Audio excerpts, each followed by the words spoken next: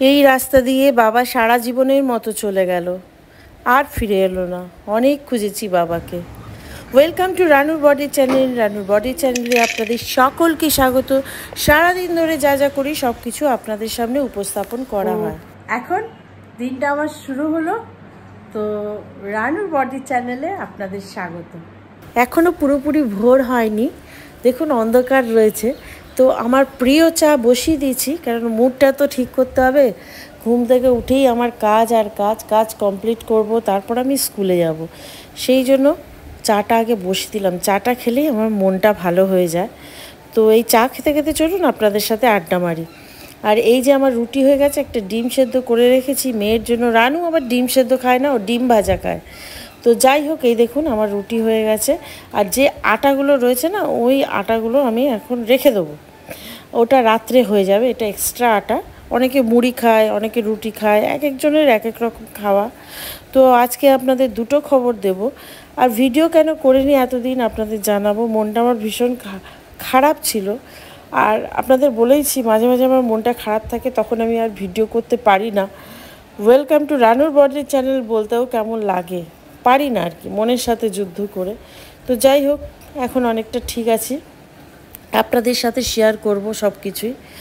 তো কাজ করি, চলুন, কাজ তো করতেই হবে, নাহলে আমার দিন তো গুজরান হবে না। আর এই যে সব ভিজিয়ে দিলাম, ঝটপট মেজেও দেবো। আটা করেছি রুটি, সেটা ভালো করে পুছে নিই। সকাল হবে, চান করব, তারপর রান্না শুরু করে দেবো সকালে। আর কেটে ফেটে নিই, মশলা বেটে ফেটে নিই সবাই ওঠার আগে, তাহলেই আমার রান্না কমপ্লিট হয়ে যাবে। সবাইকে গরম গরম চা দিয়ে দেবো, আর সকালে জল খাবার দিয়ে দেবো। তো চলুন, আজকে আপনাদের একটা দারুণ খবর দেওয়ার আছে, সেটা অবশ্যই দেব। তার আগে বলি যে মনটা খারাপ কেন, কারণ আমার শ্বশুর এই দিনটা ছেড়ে চলে গেছিল আমাদের। তো যে চলে যায় না, সে আর ফিরে আসে না, এটা কিন্তু খাঁটি বাস্তব কথা। খুব মিস করি জানেন। সকাল হয়ে গেল দেখুন আপনাদের সাথে কথা বলতে বলতে। এইমাত্র না ফেসবুকে একটা মেসেজ এসছে যে আমাদের স্কুলে একজন সহকর্মী 4 বছর আগে মারা গেছে, ফেসবুকটা এখনও তার রয়ে গেছে। আজকে তার বার্থডে ছিল। আমি অবাক কাণ্ড, মানে দেখুন কি বলবো, যে বার্থডেটাও চলে এলো অথচ সে বেঁচে নেই। মনে পড়ে গেল হঠাৎ করে তার কথা। আর আজকে আমার একটা প্রিয় লোকের মৃত্যু দিবস। সকাল থেকে উঠে আমি আর রানু শর্ট ভিডিও করেছি, ফলে ঘরের কাজ স্টার্ট করতে পারিনি। তো এখন দিনটা আমার শুরু হলো। তো রানুর বডি চ্যানেলে আপনাদের স্বাগত। আমি চান করে এসেছি, চান করতে করতে বাদ বাকি রান্নাটা করে নেবো। এখন দেখুন মাছ বসিয়েছি, আর ওখানে 2 পিস মাংস হচ্ছে, ওদিকে ভাত হচ্ছে। তো ঝটপট রান্নাটা করে নিই। আজকে আপনাদের একটা সুখবর দেবো, তো ওয়েট করে থাকুন এই সুখবরটার জন্য। খুব তাড়াতাড়ি আমি আপনাদের গিয়ে দেখাবো সুখবরটা কী। প্রথমেই বলেছি আপনাদের আমি দুটো খবর দেবো। একটা হলো খুব দুঃখের খবর, আর একটা হলো খুব সুখের খবর। দুটোই আপনারা নিন। সুখের খবরটা আমি আগে আপনাদের দিয়ে দিই, দুঃখের খবরটা লাস্টে দেবো, তাহলে আপনাদের মনটা ভালো হয়ে যাবে সুখের খবরটা শুনলে।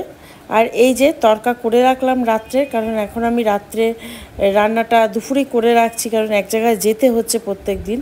সেই জন্য কোথায় যাই সেটাও আমি আপনাদের জানাবো। আর দুপুরের রান্না অলরেডি আমার হয়ে গেছে, এখন রাতের রান্না চলছে। এটা একটু ঠান্ডা হলে ফ্রিজে ঢুকিয়ে দেবো। আজকে একটু আমাদের গড়িয়াহাটে আমাকে যেতে হবে, স্কুলের কাজ আছে। তো স্কুল ঠিকমতো করতে পারছি না, আর ভিডিওটাও ঠিকমতো আমার হচ্ছে না। কারণটা বলছি আপনাদের খুব তাড়াতাড়ি। দেখুন বৃষ্টির পর গাছগুলো কি সুন্দর হয়েছে।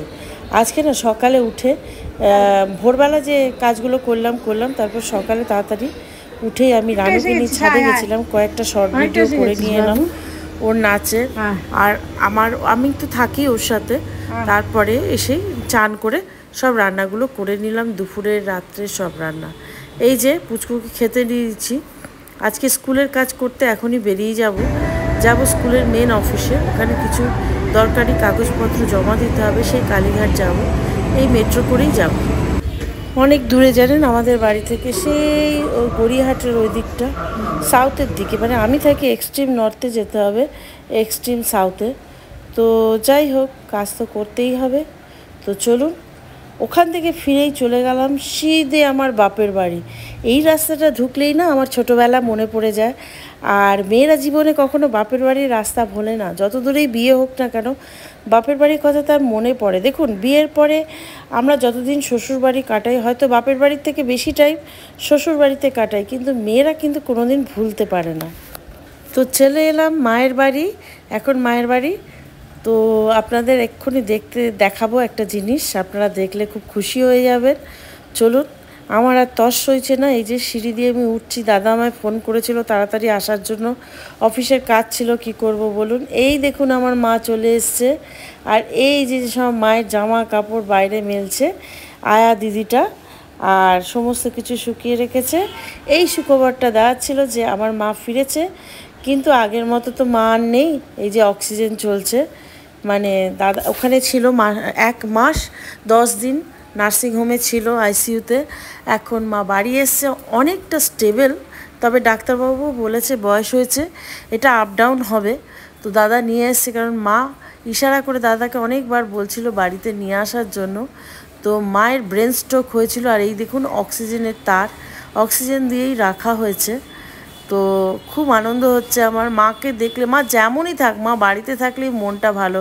এই যে বাপের বাড়ির গলিটা না, মা চলে যাওয়ার পরে একদিন এসেছিলাম, কারণ দাদা বৌদি খুব ডাকছিল বলে একদিন এসেছিলাম। আমি আর আসতাম না, আর এদিকে তাকাতামও না, খুব মনটা খারাপ লাগতো। আর দেখুন এই যে এক পশলা পশলা বৃষ্টি হয়েছে, কি ভালো লাগছে দেখুন, হাতে বৃষ্টির এইগুলো পড়ছে, মনটা না খুশিতে ভরে গেছে। দেখুন ভোট যে দিয়েছিলাম, হ্যাঁ আমার গণতান্ত্রিক অধিকার এখনও ওঠেনি। আর এই দেখুন বারান্দায় কী সুন্দর বৌদি লঙ্কা গাছগুলো লাগিয়েছে টবে টবে। বৌদি আর আমার দাদা মিলে, ওদের মানে খুব আইকিউটা খুব ভালো বৌদি, আর এত সুন্দর গার্ডেনিং করে বৌদি, কি বলবো।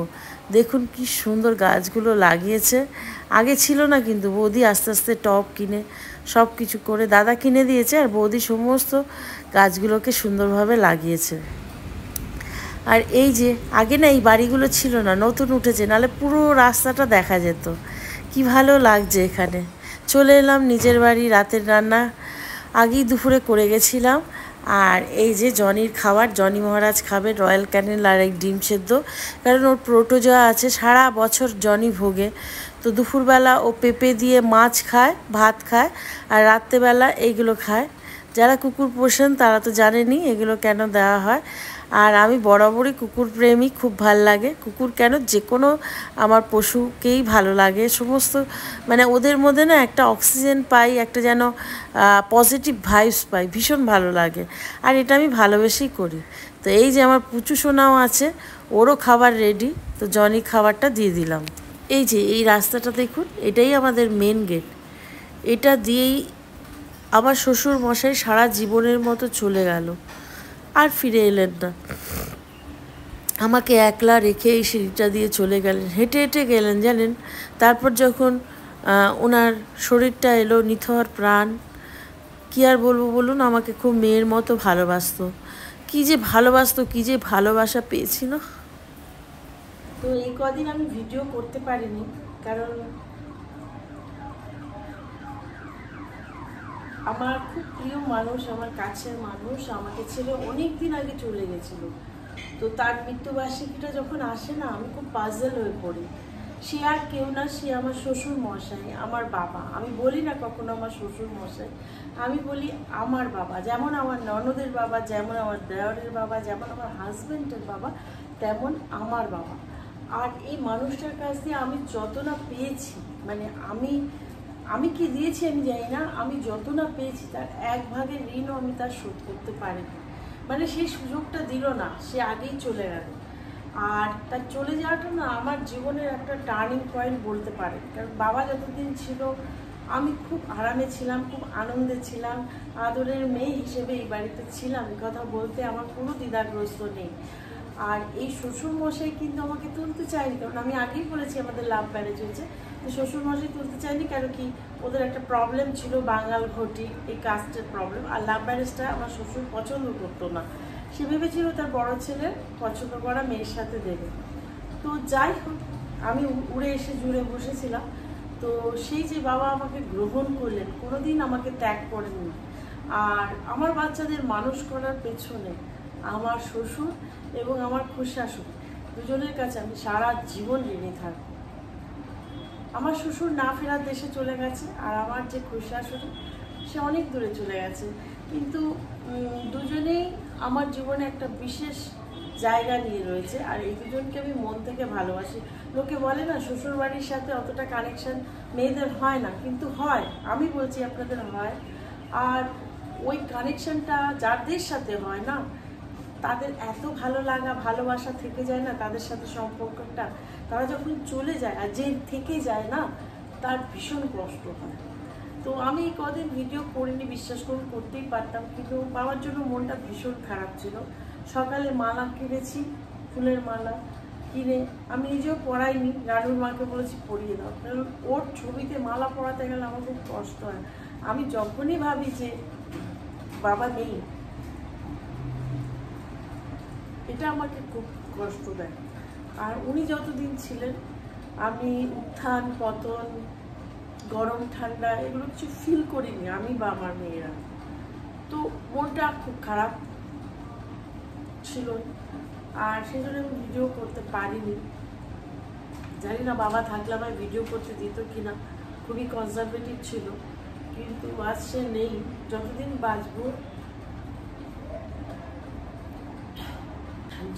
বাঁচবো তার ঋণটা আমি কোনোদিন তো শোধ করতে পারবো না। তাকে মনের মণিকোঠায় রেখে দেবো। আর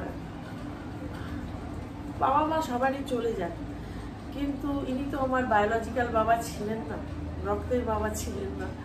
আমি পেয়েছিলাম, গিফট পেয়েছিলাম স্বামীর থেকে। তো এই বাবা আমার নিজের বাবার থেকেও অনেক বেশি দামি ছিল আমার কাছে, আর অনেক ভালোবাসা পেয়েছিলাম। ছোটবেলায় যে আমাদের যে একটা সেপারেশন, মানে বাবা চাকরির জন্য বাইরে বাইরে থাকতো, যে বাবার ভালোবাসাটা পায়নি, মা একটা বড় করেছিল। তো এই শ্বশুর মশার কাছে এসে আমি বাবার পুরো ভালোবাসাটা পেয়েছিলাম, যার দরুন না আমার ভিডিও করতে ইচ্ছা করছিল না। আর যেদিন বাবার মৃত্যু এই বার্ষিকী গেল, এই রিসেন্ট 2রা জুলাই, আমি আমার ননদ রাত্রে ফোন করেছিল যে ভিডিও কেন বৌদি দিচ্ছ না, তোমার মা ফিরে এসছে, কেমন আছে, সবই ওর সাথে কথা বললাম, কিন্তু ওকে এটা বলিনি। আজকে কি জানো দিনটা, ও নিশ্চয়ই জানে, ওর বাবা আমার দেওরও নিশ্চয়ই জানে, ও মালা টালা এনেছিল দেওর, আমরাও এনেছি, কিন্তু সবাই সব কিছু জানি, কিন্তু সেটা ডিপলি আমরা আলোচনা করিনি। কারণ দেখুন,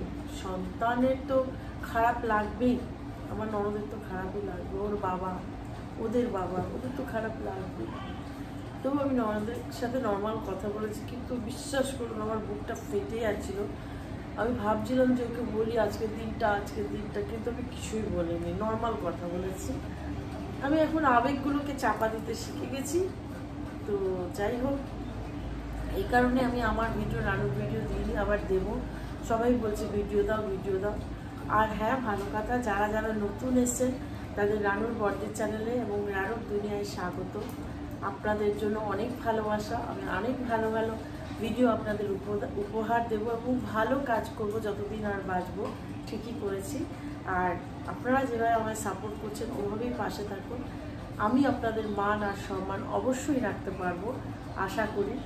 আর দেখতে থাকুন রানুর বর্দের চ্যানেল এবং রানুর দুনিয়া। আজ আর বেশি কথা বলবো না, এরপরে আবার আমি রেগুলার ভিডিও দিতে থাকবো। মা চলে এসছে, এটা আমার খুব আনন্দের, বাবা চলে গেছে, এটা আমার খুব কষ্টের। তো যাই হোক, একদিন আমরাও তো চলে যাবো, কেউই বাঁচবো না। এই যে আজকে আমি ভিডিও করছি আপনাদের সামনে, হয়তো চ্যানেলটা থেকে যাবে, আর ওয়েলকাম টু রানুর বর্দি কেউ বলবে না। তো যাই হোক, মানুষের তো এটা জীবনের একটা স্রোত, জন্ম হলে মৃত্যু হবে, অমর বা কী কথা হবে, তো এইগুলো তো আপনারা জানেনই। আজকে আমার কথা বলতে পারছি না বেশি, তো আজকে এই পর্যন্তই। আবার দেখা হবে পরশুদিন সকালে, চেষ্টা করবো রোজ ব্লগ দেওয়া, না পারলে একদিন বাদে একদিন সকালে। আর রানুর দুনিয়াও আপনারা দেখতে থাকবেন। হ্যাঁ, ভালো কথা, অনেকে অনাথ আশ্রমের অ্যাড্রেস চেয়েছেন, প্লিজ পার্সোনালি আমাকে মেসেজ করুন। আমি সোশ্যাল মিডিয়া ওপেন দিতে পারছি না, কারণ ওখানে রূপমের একটা ভবিষ্যৎ আছে। তো আপনারা রানুর দুনিয়া বলে ইনস্টাগ্রামে একটা আমি খুলেছি, সেখানে আপনারা কন্ট্যাক্ট করুন। আমি অবশ্যই আপনাদের অনাথ আশ্রমের অ্যাড্রেসটা দিয়ে দেবো। খুব একটা দূরে নয়, কলকাতায় নর্থ ক্যালকাটাতেই আছে। সকলে ভালো থাকবেন, সুস্থ থাকবেন, দেখতে থাকবেন রানুর বার্থডে চ্যানেল।